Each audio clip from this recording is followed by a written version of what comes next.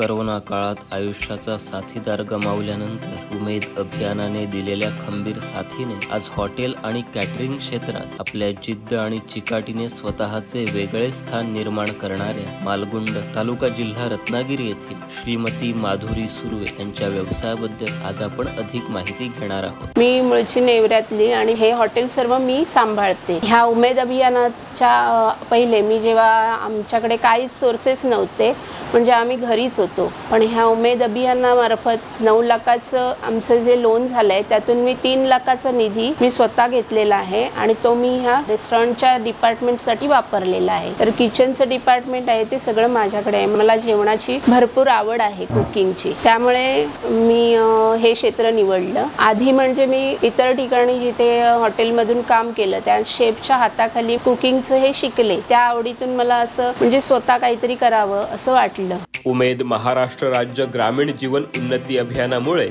आज त्यांच्या जीवनात खूप मोठा आमूलाग्र बदल झाला आहे। मी चायनीज, थोडंफार पंजाबी, मालवणी, कोकणी पद्धतीचं जेवण देते। त्याशिवाय कोकणातील जो नाश्ता आहे, आंबोळी, उपीट किंवा शिरा, उपमा, कांदे पोहे, हे पदार्थ आम्ही बनवून देतो। आणि त्याशिवाय इतरही जे लोकांची जी काही मागणी असेल किंवा त्यानुसार त्यांना जे आवडत असेल असे प्रकार पण मला बनवून देण्यात खूप आनंद वाटतो। हॉटेलचे मॅनेजर ते थेट हॉटेलची एक भागीदार, हा प्रवास त्यांनी उमेद अभियानाच्या सोबतीने पूर्ण केला आहे।